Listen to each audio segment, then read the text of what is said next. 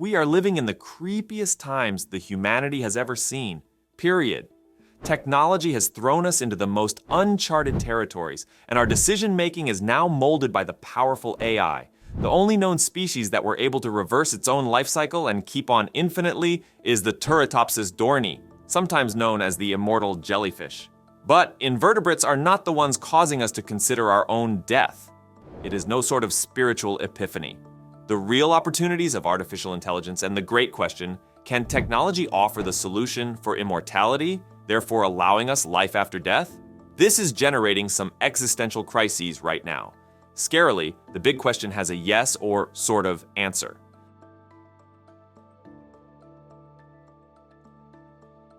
Though the technology to come rather quite close to it currently exists, digital eternal life is obviously not the same as physical immortality. Even more frightening is the fact that the first person to encounter digital immortality most likely already was born. Alright, Noel Gallagher most likely had artificial intelligence not in mind when he penned Live Forever. Maybe! But our current digital footprint might be the secret to keeping present in the life of our loved ones, even after we pass death. Combining our social media posts, Instagram photos, videos, voice recordings, and so on, will produce an artificial intelligence anthropomorphic cyborg version of ourselves that replicates our subtleties, twists of phrase, facial expressions, and so on. Maybe even our actual ideas. Science fiction and fantasy no longer define this as the stuff to dream of. Based on several sources, this is a rather realistic possibility that might start very soon. Those pushing this technological advancement would contend that by creating digital copies or extensions of ourselves, so preserving our history and identity, and enabling us to live and interact even long after our physical death. Audio and visual cloning would thus help us to keep this heritage, but the moral questions about the consequences of creating and using these digital clones cannot be disregarded, such: when we die, who exactly owns our digital footprint? How can we control future use of our data? Will we finally have to mention in our wills details about our digital immortality? And naturally, is it essential to do something only because we can? Imagine for a moment, in 2060, a director dreams of creating a Hollywood blockbuster with Tom Hanks, one of the most venerable actors of all time. The narrative, however, requires a 30-year-old Hanks, but the actual actor disappeared many years ago. The answer is, just make use of the next best thing. 30-year-old digital Tom Hanks driven by artificial intelligence. And that is already under progress. I'm not referring to hologram performances like to ABBA, Michael Jackson, or Tupac. We have already seen several deepfake videos, including Tom Cruise and Morgan Freeman, as well as a remarkably convincing Bruce Willis, appear in a Russian advertising for mobile phone carrier Megaphone. Late Robin Williams seemed to foresee the approaching problems of artificial intelligence, acting legally to fiercely guard his image from being used in media companies. Many more stars might be doing the same. Should any one of us not in the limelight worry, what moral ramifications then follow from digital immortality? Concerned about the future of artificial intelligence are Elon Musk, Steve Wozniak, and others quite rightfully. Ethical questions persist even as we travel farther into the unknown seas of artificial intelligence. Though it's great to imagine that, like our old friend the immortal jellyfish, we might one day live indefinitely, we have to keep in mind that we are redefining what it means to be human in addition to using fascinating technology. We have to think about the need of justice and privacy when creating digital copies of ourselves. Who has access to these technologies counts, but so does how and by whom they are applied. After all, only we know how to really portray who we are. It's one thing to sound and look like us. What is to stop others from changing or altering our digital personas after we are gone without unambiguous laws? When considering our present level of artificial intelligence, the well-known comment from Ferris Bueller usually occurs to me. Life flows really fast. Look around once in a while, else you might miss it. Though life does fly by, artificial intelligence seems to be moving even faster. Indeed, digital immortality is a fascinating idea, but we might find ourselves with far less control over what happens to our digital selves following death unless artificial intelligence slows pace soon. And that bothers me greatly as well.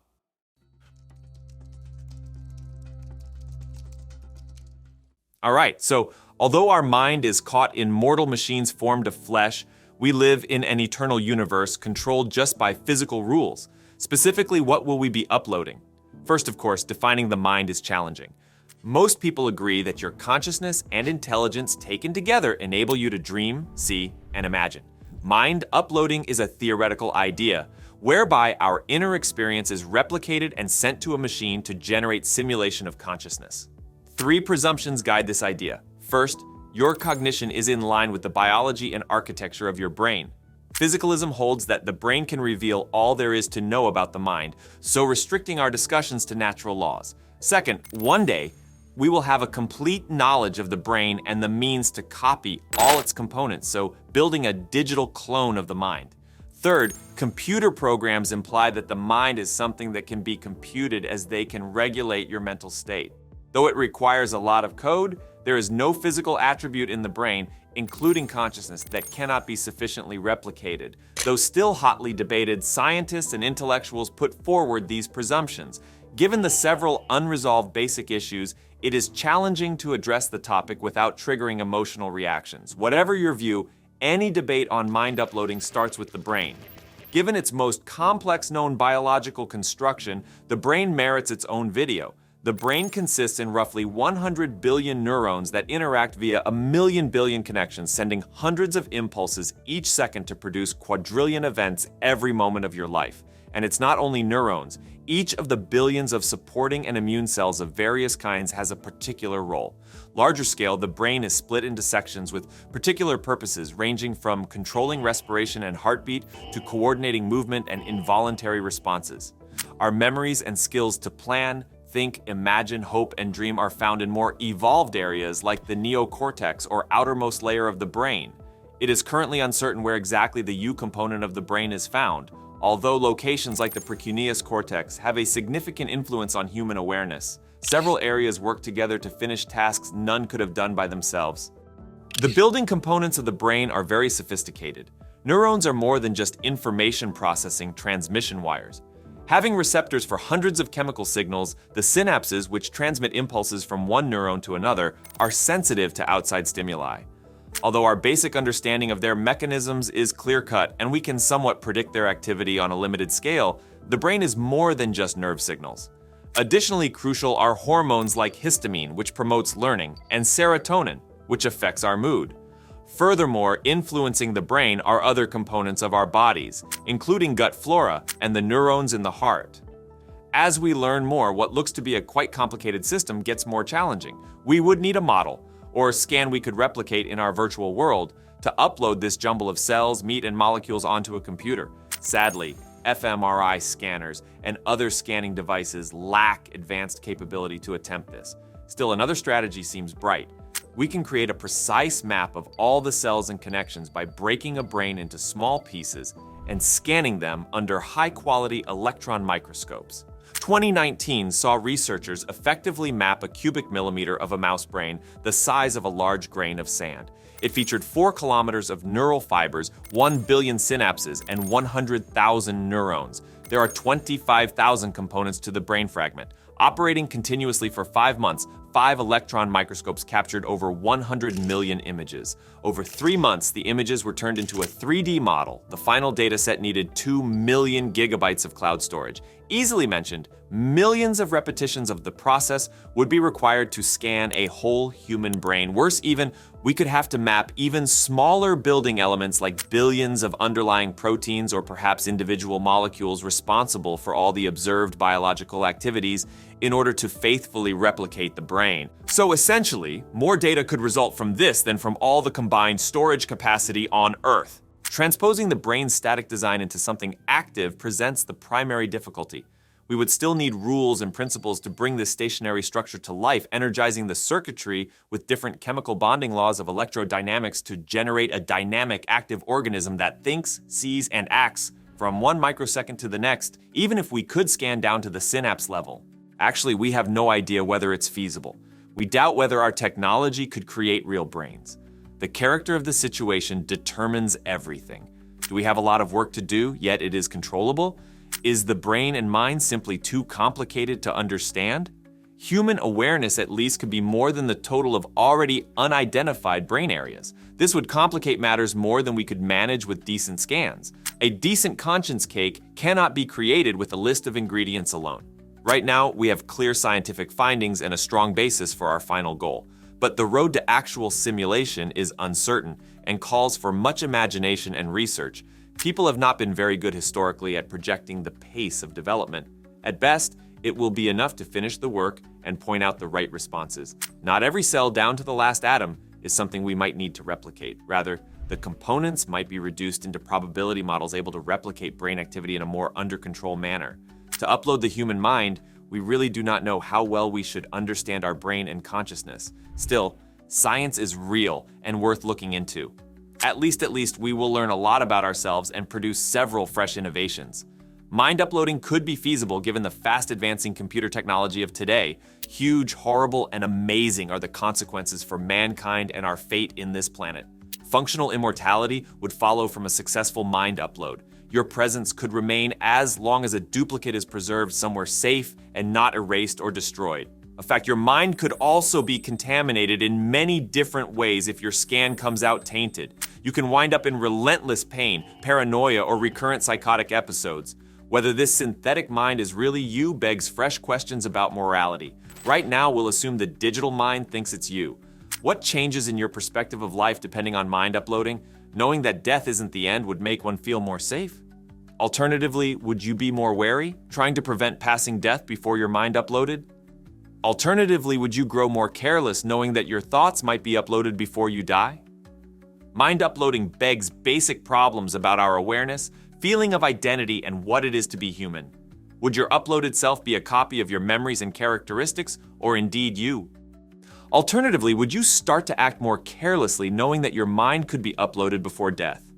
Mind uploading begs basic problems about our awareness, feeling of identity, and what it is to be human. Would your uploaded self be really you, or merely a copy of your personality and memories? Furthermore, mind uploading has ethical consequences of great extent. Who could use this technology? Will it be only for a small number of people or open to everyone? How will society handle the prospect of always digital life? Regarding the hazards, what? A system breakdown might lead to unimaginable suffering, locking the psyche into a state of perpetual agony or lunacy. Mind uploading begs issues about the nature of life and the soul. Should human awareness be digitized? Does this mean the soul is only a complex series of algorithms, or is there something more the code cannot adequately depict? This idea would subvert intellectual and theological traditions. While some would see it as a dangerous overreach, an attempt to play God, others could consider it as a method of immortality. The social effects are likewise really profound. A society in which mind uploading is feasible would produce a new kind of inequality between those who can pay to live forever and those who cannot. It might also lead to a loss of what it means to be human when people start to resemble machines, hence possibly losing empathy, compassion, and other qualities unique to us. If people could live endlessly, would relationships lose significance? Would the fear of death, which drives much human ambition and creativity, be lessened or eliminated? These are not only speculative queries regarding the far future. As artificial intelligence, neurology, and computers advance, mind uploading is growing practical. It invites us to really consider our values in life, what it is to be human, and how we wish to shape our future.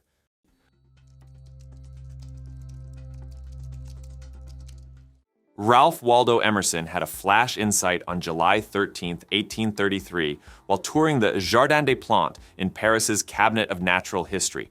Examining the museum's collection, butterflies, hunks of amber and marble, carved seashells, he was impressed by the interdependence of nature and human place in it. Along with the Transcendentalists, the experience motivated him to write The Uses of Natural History and to express a philosophy that placed naturalism at the core of intellectual life in a technologically chaotic age, therefore guiding him to a new spiritual belief system. Emerson believed that everyone may become a definer and map maker of the latitudes and longitudes of our condition, discovering agency, uniqueness, and wonder in a mechanized society by scientific study of the natural world. During those years, America was bursting with ideas, and everything seemed to be happening quicker.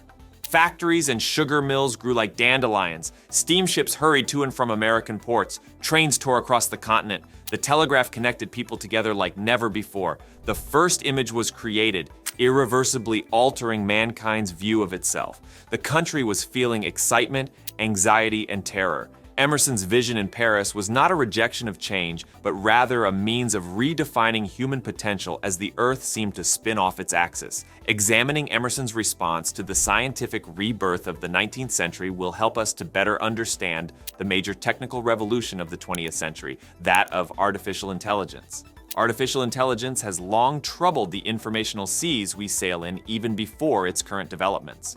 Early disturbances came from the ranking algorithms that define the modern web. That is, the opaque code telling Google which results to show you, and that organizes and personalizes your feeds on social platforms like Facebook and Instagram by slurping data about you to decide what to spit back out.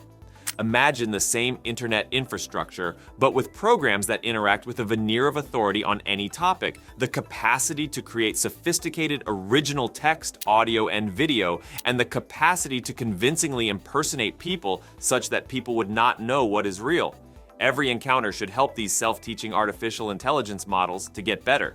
Sometimes they create, manipulate, and have hallucinations. One cannot predict what or why they will do. Should Google's search engine be the contemporary Library of Alexandria, the next artificial intelligence will be volatile profit. Almost every field and industry will benefit from the fast-evolving generative artificial intelligence. Alphabet, which owns Google, Amazon, Meta, which owns Facebook, and Microsoft are all vying to include artificial intelligence into current products including maps, email, social networks, and photo software. The technocultural standards and behaviors that have engulfed us across the internet, smartphone, and social web revolutions call for major change. Too many people have let these technologies to pass by them. Correcting current errors would be wise, and we should also foresee and actively shape what the far more radical technologies that are already under development would mean for our lives and how they would transform our society. Companies who want to make money from this new technology are already learning the cliches required to discount the rival ideas. Though these are as shallow as they are abstract, they will use appealing language like human enhancement and human-centered artificial intelligence. The internet, the personal computer, and the nuclear bomb, what's coming will transcend any technical innovation in live memory, perhaps the most significant technology of human history. People are usually reluctant to acknowledge a revolution, especially if one is already under progress. They are also quite poor in foreseeing the future. Still, the gap between the arrival of new technologies and the development of standards and norms is usually somewhat small. Stated differently, the Wild West is only temporary. Eventually, the railroad's standardized time, arc lamps are replaced with incandescent bulbs, and the open web dream dies. In the field of artificial intelligence, the window of influence is still open. Many of those who have labored most to create protections for this new technology, however, are dismayed that the opportunity is practically closed. Like search engines, telephones, and trains before it, generative artificial intelligence will allow humans to complete jobs with such amazing efficiency that it will seem magical. Whole types of employment, indeed whole industries, could disappear astonishingly quickly. The utopians among us will see this as an opportunity to assign routine chores to machines so they may pursue the higher aim of human self-actualization. Deeper searches for knowledge, faster routes to scientific discovery, and more time for leisure and family, all of which are increasingly essential to us, may all be accessed with this new magic. As a more competent artificial intelligence looks over our shoulders, it could also lead to a loss of professional confidence and widespread unemployment. By now, we should be aware that neither the government's control of new technologies nor self-regulation by tech behemoths can keep up with Silicon Valley's capacity to pursue profit and scale at the expense of society and democratic health or the rate of scientific advancement. Starting with an individual, what characterizes the next phase of human existence?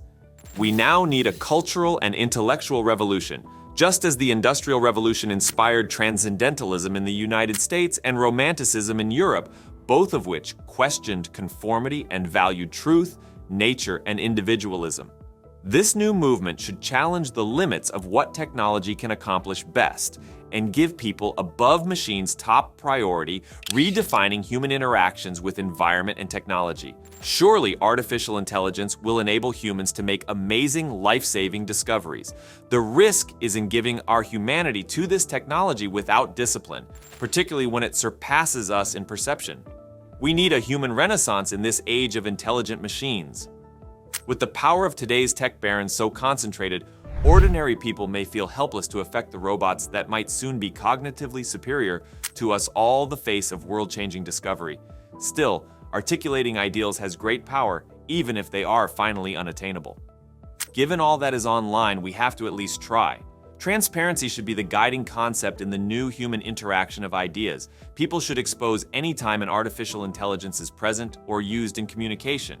This ground rule could inspire less anonymous web as well as discipline in building more human and human-only spaces. Any journalist will tell you that anonymity should only be used in rare cases for the public interest and as a last resort. Cultural norms requiring people to express not only their ideas but also their actual names would help us. This is also the time to redouble your will to grow closer to others. Though it is a poor substitute for in-person contact, especially in cases where creative collaboration or learning is vital, live video chat can overcome time and distance. The epidemic brought this terrible clarity. Especially when artificial intelligence undermines our sense of what is real, relationships cannot and should not be kept just in the digital sphere. Tapping the like button is a data point, not a friendship button. And a one-sided conversation with an artificial intelligence fosters connectivity. A child might have more AI friends than human ones someday not too far off. These friends will be meant to encourage involvement and profit as much as to keep an eye on the people who use them. Such incentives redefine the nature of cooperation. Years of warning about doppelgangers who threaten our humanity by copying a person's likeness have come from fiction writers such as Fyodor Dostoevsky, Rod Serling, and Jose Saramago. Our new planet is a doorway into the uncanny valley. The first algorithmic revolution used personal data to reorganize the planet for individuals. The second will utilize our personal data not only to split our shared perception of reality, but also to generate synthetic replicas. The profit-driven music studio executive will be thrilled by the prospect of an artificial intelligence-generated voice accompanied by AI-generated tunes unrelated to a human with intellectual property rights. Writers, musicians, and artists should expect and fight large-scale imposter campaigns. Therefore, every one of us should do as well. One computer scientist recently told me that she plans to create a secret code word only known to her and her elderly parents so that should they ever hear her voice on the other end of the phone begging for money or assistance, they will know whether it is produced by an AI trained on her publicly available lectures, so sounding exactly like her and scamming them. Elementary school pupils of today are already learning not to think everything they come across on a screen is accurate, but they merit a modern, technological, and informational environment grounded in Enlightenment values including reason, individual autonomy, and the peaceful exchange of ideas. Not everything should be documented or shared. One has personal freedom in embracing ephemerality. More personal contacts should take place just between the relevant people. Our humanity depends on our privacy. At last, a more existential component calls for our attention: how far the search of knowledge guides us either inside or outside. Near-future artificial intelligence will improve our empirical skills, yet it could also stifle our curiosity. We run the danger of losing our capacity to gaze into the future with real wonder or inventiveness as we become so enthralled with the synthetic worlds we create, all data sets, duplicates, and feedback loops. We should rely less on tools that dull our own aesthetic and intellectual acuity and more on human originality and creative intuition. Emerson said famously that Isaac Newton used the same wit to weigh the moon he used to buckle his shoes. Newton, I'll add out, also employed same wit to build a reflecting telescope, the beginnings of a potent technology allowing mankind to peep into the origins of the universe. Emerson's theory spirit is still crucial, though. A required exercise on the path to wisdom is viewing the surroundings and absorbing it through our senses. Technology tools can and should be used to assist us in this quest. However, never at the price of seeing, feeling, and finally comprehending for ourselves. Not only is a future in which overconfident machines seem to have the solutions to all of life's great challenges dangerously incorrect, but it also eliminates what makes people human. In a day of hasty decisions, fury, and apparently all-knowing artificial intelligence, we should pay more attention to contemplation as a way of life. We should welcome an incomplete state of mind, constantly question our past opinions, hunt out people we disagree with, and occasionally not know. Being mortal people, we yearn for knowledge beyond what we will or can acquire.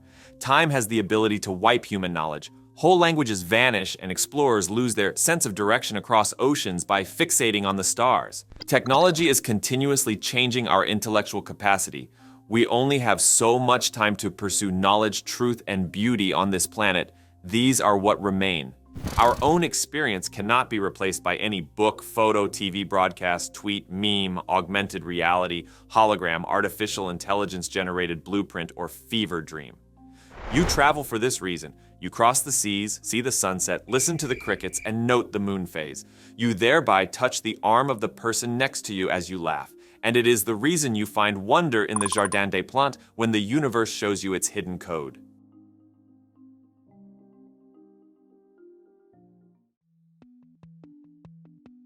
As we contemplate the fleeting nature of human experience, where time erases memories and even the most profound moments can slip away, we find ourselves driven by the desire to preserve what makes us who we are. This yearning for permanence is fueling the pursuit of technologies that promise to transcend our biological limitations. At the heart of this quest lies mind uploading, a concept that could fundamentally alter our relationship with time and existence. By capturing the essence of our consciousness in digital form, we may not only defy the boundaries of life and death, but also create a new paradigm where our experiences and identities are no longer confined to the physical world. First, we have to scan the brain at a high resolution to compile pictures of the cross-sections, then create a computer model from these images. This model will run on a strong supercomputer, and a digital copy of me will remain contentedly married ever after. This is known as mind uploading and can be somewhat confusing as, like what Neuralink is working on, it seems that we must create a high bandwidth connection between the brain and the machines. Actually though, the objective is to produce a digital model of the brain that is somewhat like the real brain. This technology excites me personally since it would enable us to not only live indefinitely but also create and manufacture things without regard for time, therefore freeing us from the limitations of our physical bodies. Of course, one approach many think of as reaching substrate independence and therefore a longer lifespan is mind uploading. Beyond that, this is really the question that mankind as a whole faces: our capacity to transcend our current limitations beyond where we have evolved, living in spaces like space, virtual reality, or other planets, for instance, where humans did not evolve. Being digital instead than biological clearly has some advantages, in my opinion. Though they might not be appealing to everyone, take some fundamental note of the digital substrate. But first of all, you may readily create backup copies. You can save it as a file, same like with any other program. That is challenging given a biological brain. Being living entities, we are prone to mistakes. Even if you could halt aging, you might finally run across a bus or whatever. On the other hand, you would lose no more than 24 hours if you just stored a backup copy every day. Starting with physically scanning the brain, we are fascinated in its structural as well as functional aspects. We have to do a really thorough scan covering all of the neurons and their connections as well as the momentum, that is the pulse frequency. One can approach this from several angles. One of these is fMRI scanning, which uses a strong magnetic field to get finely detailed pictures of your brain under active state. For medical purposes, fMRI technology is quite useful, but for mind uploading it is not that great. Resolution provides the straightforward justification for this. The smallest voxel size on an fMRI at a Tesla level that isn't too high to survive is so rough and big that it just records highly broad brain activity. Nowadays, electron microscopy is somewhat common, unlike fMRI. It is carried out under a powerful microscope that magnifies brain anatomy using electrons instead of light. This year, scientists took a major step by finely detailed scanning an entire mouse brain. Alright, therefore we are already really good in compiling the relevant data. Evaluating this information and then building a digital model depending on it presents the main difficulty. This clearly will take some time. For this reason, the startup Nectome is creating technologies meant to preserve human brains. Saving them for the future will help us to scan and upload them once mind uploading technology becomes possible.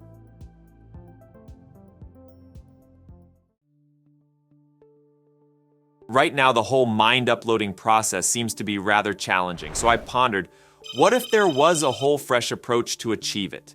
Suppose there was a shortcut. What if a neural network can learn to duplicate the brain, that is, deduce the function from all of the outputs, even without a complete knowledge of the brain? Neural networks learn anything precisely this way.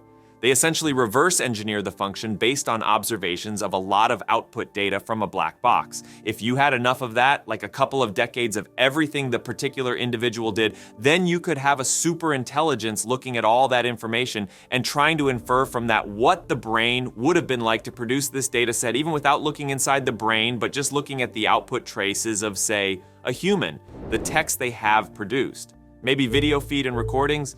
But if we could use this for mind uploading to solve the primary modeling barrier, then another group, for instance, is trying to launch a company similar to the well-known Next Up Neuro, with an emphasis on using LLMs, long language models, and comparable machinery tools to work on whole brain simulation. And that's not incorrect either. That is, in my view, a wise path to investigate, as LLMs and other machine learning methods will surely be crucial in enabling neuroscience to become faster, more methodically, and better. Evaluating a digital model, possibly with help from artificial intelligence, will prove to be the next big difficulty when we finally arrive at one. Assume a neural network has developed in the brain to carry out a function, but a neuroscientist is not sure what that function is. It is just some kind of neuronal activity. The important question is how you verify what you find incomprehensible. Still, these generative transformer models are quite helpful in filling in missing data since they know what to do. For instance, if you do an electron microscope scan and discover an area of the tissue where there was noise or something went wrong, it can help to fill in the blanks with most likely present. That is rather handy. But depending on the LLM to generate inferred output for a whole brain or draw conclusions becomes dangerous. This is so precisely what you do not want. The LLM has a propensity to eliminate personally unique data features. You want to replicate that particular human brain, not a broad or likely human brain. You want that unique human brain. Then raising the temperature will cause this LLM to become more creative, to start to hallucinate. What it generates might thus not be what you had in mind. Thus, even if this looks like a great shortcut, we are not quite there yet. We have to first define the unique characteristics of the human brain before we may talk about mind uploading.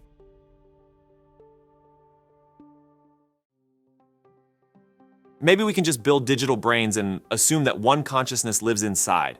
Not only for our technology, but also for mankind as a whole. This is among the most ancient and important philosophical questions. Understanding the difference between a person and a robot and how they could coexist depends on knowing what the mind is, what generates our consciousness. I think this will be as important a turning point as mind uploading itself if we eventually solve the challenging issue of awareness. There might, however, another approach to handle this topic. What if we are not obliged to consider if a digital mind is really conscious? Suppose it's sufficient for this digital mind to act as though it were conscious. We are constantly using the so-called behaviorist method. When we talk to one another, we overlook whether the other person is really conscious or not. We just assume from their actions that the other person is conscious. With digital minds, we could apply this similar approach. Maybe the tough topic of awareness is not something we should discuss at all. Maybe all we need is for computer minds to act as though they are conscious. And this would be plenty to let us label them as aware entities. Should we be able to overcome these obstacles, we would reach digital immortality. Imagine a society in which aging, illness, or even death are not causes of concern anymore. We could live forever, travel the cosmos, and keep learning, developing, and changing. Mind uploading aims ultimately towards this. Although it still seems to be science fiction, technology is developing rapidly, and we're getting closer to bring it to pass. Mind uploading is still divisive, and many ethical, philosophical, and technical obstacles have to be overcome. Still, I'm sure that with constant study, ingenuity, and teamwork, we may realize this ideal.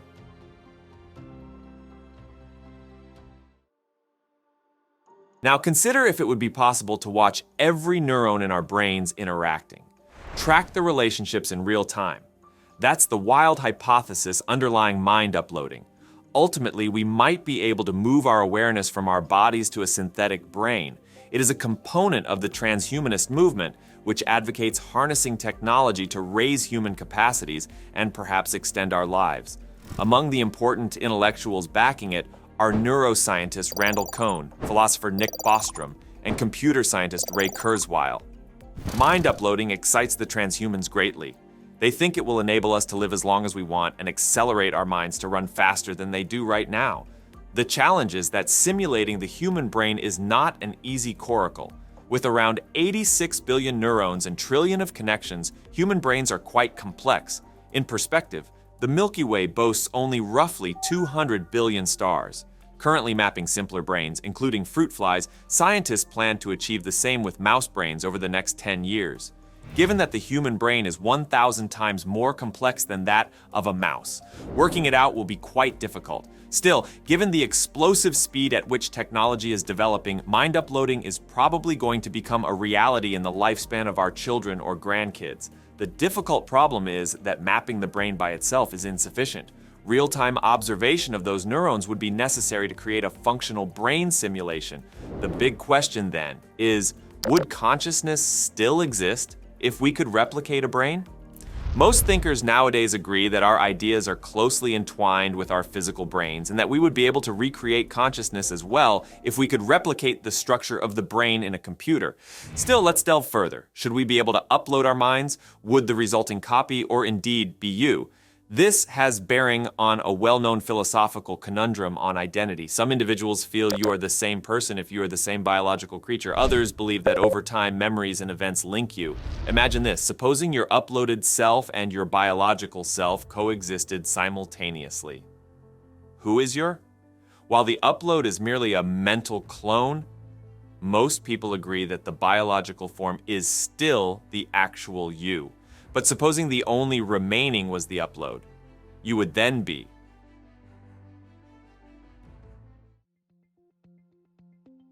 The scary thing is that many companies are really stretching the bounds of artificial intelligence avatars. Justin Harrison, CEO of You Only Virtual, YOV, wants each time someone interacts with their avatars to offer a distinctive experience. Based on their digital footprints, messages, recordings, movies, etc., YOV educates these virtual personas, sometimes called as versonas, to replicate people's personalities.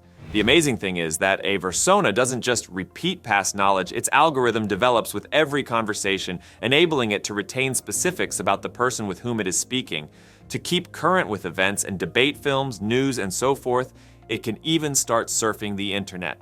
The troubling point is that dead people have no say about their own versona. YOV does not call for authorization for construction. Harrison says there are no regulations prohibiting it. Once you message someone, they now own the information and could use it. Though this would have little legal weight, people may perhaps ask not to be digitally revived in their wills. YOV plans to get in touch with actual people whose conversations are being used right now and find out whether they wish to opt out. Harrison expects, therefore, that in this field there will be many legal gray areas to negotiate.